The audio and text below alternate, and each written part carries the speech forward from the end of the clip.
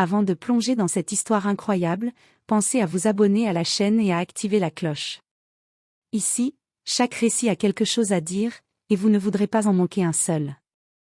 Le vent de fin d'après-midi souffle entre les immeubles gris de New York, charriant avec lui l'odeur du bitume humide et le murmure incessant de la ville. Sous un porche fissuré, un jeune garçon ajuste les cordes d'un vieux violon. Le bois est éraflé, le vernis craquelé, mais pour lui, c'est le plus précieux des trésors. Son nom est Ellie Turner, 12 ans, regard clair et déterminé, vêtu d'un manteau trop grand pour lui, celui de son père, disparu depuis 2 ans. La rue grouille de monde. Des costards pressés, des taxis qui klaxonnent, des vendeurs de hot-dogs qui crient leur prix. Personne ne prête attention au petit garçon au violon, sauf quelques passants qui ralentissent, intrigués. Ellie ferme les yeux. Il inspire profondément. Puis, d'un geste hésitant mais sincère, il pose l'archet sur les cordes. Les premières notes s'élèvent, fragiles au début, puis plus assurées. C'est une mélodie douce et mélancolique, une chanson que sa mère lui chantait avant de tomber malade. Chaque vibration semble raconter leur histoire, la perte, la peur, l'amour, la survie. Les passants s'arrêtent, touchés sans comprendre pourquoi. Un enfant dans la rue, oui, mais il y a autre chose, une émotion brute, presque douloureuse. Sur le trottoir d'en face, derrière la vitre teintée d'une limousine noire, un homme observe. Richard Hale, la cinquantaine, costume 3 pièces, montre en or, visage fermé. PDG d'un empire financier, habitué à tout contrôler. Pourtant, ce soir-là, quelque chose échappe à son contrôle, son cœur. Il reconnaît l'air. Ce morceau, c'est celui que sa propre mère lui jouait quand il était petit, avant que la vie et les affaires n'éteignent en lui toute trace d'émotion. Le chauffeur lui demande s'il doit avancer. « Attendez », murmure Richard sans quitter des yeux le garçon. Sous la pluie qui commence à tomber, Ellie continue de jouer. Il tremble, mais ne s'arrête pas. Quand enfin il s'incline pour ramasser les quelques pièces tombées à ses pieds, il lève la tête et croise le regard de Richard à travers la vitre. 2 mondes viennent de se rencontrer, l'un vit pour survivre, l'autre survit sans plus savoir vivre. Et sans le savoir, ce soir-là, la musique d'un enfant vient de briser le silence du cœur d'un homme riche. Le soleil peinait à percer les nuages gris de New York quand Ellie Turner s'installa au coin habituel de la 5 avenue. Son violon, usé mais fidèle, reposait contre son épaule. Les passants, pressés et absorbés par leurs écrans et leurs rendez-vous, ne lui prêtaient guère attention. Certains le regardaient à peine, d'autres lui lançaient un regard compatissant avant de continuer leur route. Peu importait. Ellie savait que chaque note pouvait faire une différence, même minime, dans la journée de sa mère. À 12 ans, Ellie portait le poids de la maison sur ses frêles épaules. Depuis que son père avait disparu, il était devenu l'homme de la maison, le protecteur de Clara, sa mère, dont la santé se détériorait de jour en jour. Malgré la fatigue et la douleur, elle souriait toujours pour lui, cachant la vérité derrière des mots simples. « Ne t'inquiète pas, mon chéri. Tout ira bien demain. » Ellie inspira profondément. Ses doigts tremblaient à cause du froid, mais l'archet glissa sur les cordes avec une précision étonnante pour son âge. Une mélodie douce, pleine de tristesse et d'espoir, s'éleva dans l'air humide. Chaque note racontait leur histoire, les privations, les larmes, mais aussi l'amour inconditionnel qui les liait. Les pièces commençaient à tomber dans son étui ouvert. La plupart étaient petites, des centimes ou quelques dollars, mais Ellie savait que même ces miettes aideraient sa mère à manger ou à acheter ses médicaments. Il ramassa délicatement chaque pièce, la déposant dans sa petite boîte à chaussures qu'il gardait précieusement sous son lit. Soudain, un mouvement dans la foule attira son attention. Un homme élégant, en costume sombre, s'était arrêté. Richard Hale, milliardaire réputé pour son empire financier et son indifférence, observait le garçon avec un mélange d'incrédulité et de fascination. Il ne comprenait pas pourquoi cette mélodie, jouée par un enfant, le touchait si profondément. Il s'approcha doucement, sans bruit, et s'arrêta juste derrière le trottoir, comme un spectateur invisible. Ellie, sans le savoir, venait de capter l'attention de quelqu'un dont la vie entière avait été construite sur le pouvoir et l'argent. Et pour la première fois depuis des années, Richard sentit une émotion pure et sincère, qu'aucune richesse ne pouvait acheter. La pluie commença à tomber doucement, Mais Ellie ne s'arrêta pas. Ses notes couvraient le bruit des gouttes sur le trottoir et réchauffaient le cœur de sa mère à distance. Dans cette rue bruyante et froide, un simple garçon et son violon venaient de créer un moment d'émerveillement silencieux qui allait changer le cours de leur vie. Le lendemain matin, Ellie s'installa au même coin de la 5 avenue, son violon sous le bras et la boîte à chaussures prête pour les quelques pièces que les passants daigneraient lui laisser. Le ciel était gris, mais le garçon ne se laissait pas décourager. Chaque jour était une bataille contre la faim et l'inquiétude pour sa mère, mais il savait que ses notes pouvaient adoucir, ne serait-ce qu'un instant, la dureté du monde autour de lui. Alors qu'il commençait à jouer, une limousine noire freina brusquement devant lui. La portière s'ouvrit et un homme descendit, habillé d'un costume gris impeccable.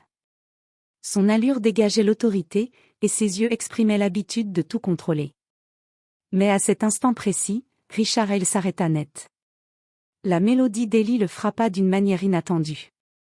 Le morceau qu'il entendait n'était pas juste beau. C'était la même chanson que sa mère lui jouait lorsqu'il était enfant, dans la vieille maison de Long Island. Un souvenir longtemps enfoui remontait à la surface, le rire de sa mère, la chaleur d'un foyer aimant, l'innocence perdue. Richard s'approcha lentement, fasciné malgré lui par ce petit garçon au violon. « Où as-tu appris à jouer comme ça, gamin ?» demanda-t-il d'une voix qui trahissait à la fois surprise et curiosité. Ellie baissa les yeux, intimidée par cet homme imposant, mais répondit avec sincérité. « Tout seul, monsieur, pour ma maman. » Richard sentit une boule se former dans sa gorge. Il n'avait jamais été confronté à une telle pureté et détermination. Cet enfant jouait non pas pour le plaisir, ni pour l'argent, mais pour l'amour, pour la survie, pour sa mère. Il tendit une main, hésitant.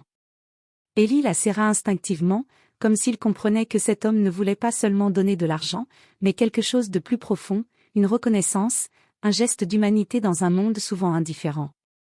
Pendant un moment, ils restèrent là, silencieux, tandis que les notes du violon emplissaient la rue et semblaient suspendre le temps. Les passants pressés ralentissaient le pas, intrigués par cette scène inhabituelle, un petit garçon, son violon, et un milliardaire arrêté, figé par la beauté simple et sincère d'une musique venue du cœur. Puis, presque imperceptiblement, Richard murmura. « Je veux voir où tu habites. » Ellie hésita, surpris par cette demande. Mais au fond de lui, il comprit que cet homme venait d'un autre monde et qu'il pourrait peut-être, d'une manière ou d'une autre, changer leur vie.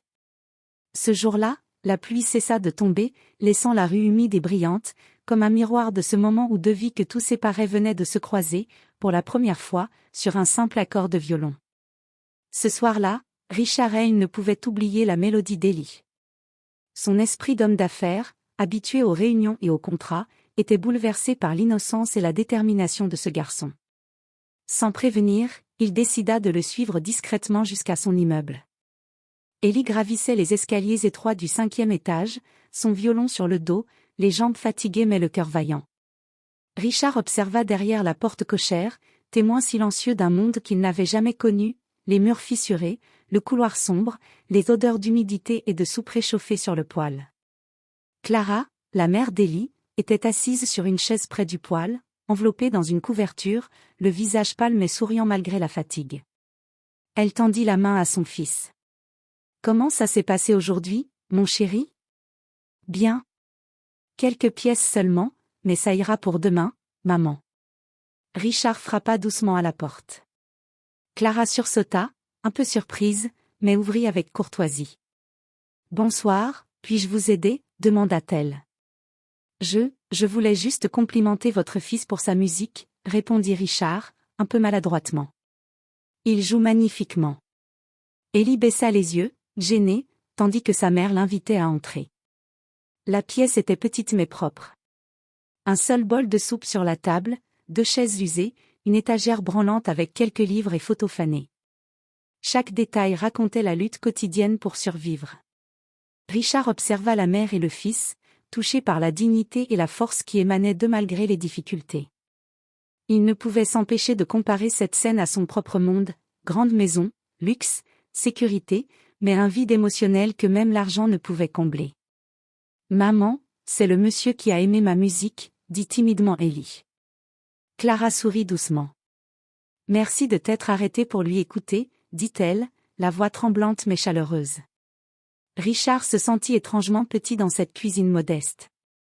Il savait qu'il ne pouvait réparer tout ce que la vie leur avait pris, mais il voulait essayer, d'une manière ou d'une autre. Sans le savoir, il venait de franchir une frontière, celle entre l'indifférence et la compassion, entre l'argent et l'humanité. Pendant quelques instants, le monde extérieur cessa d'exister. Les bruits de la rue, les klaxons, les passants pressés, tout semblait loin, remplacé par un silence chargé d'émotions et d'une connexion inattendue. Ce dîner inattendu n'était pas seulement un repas.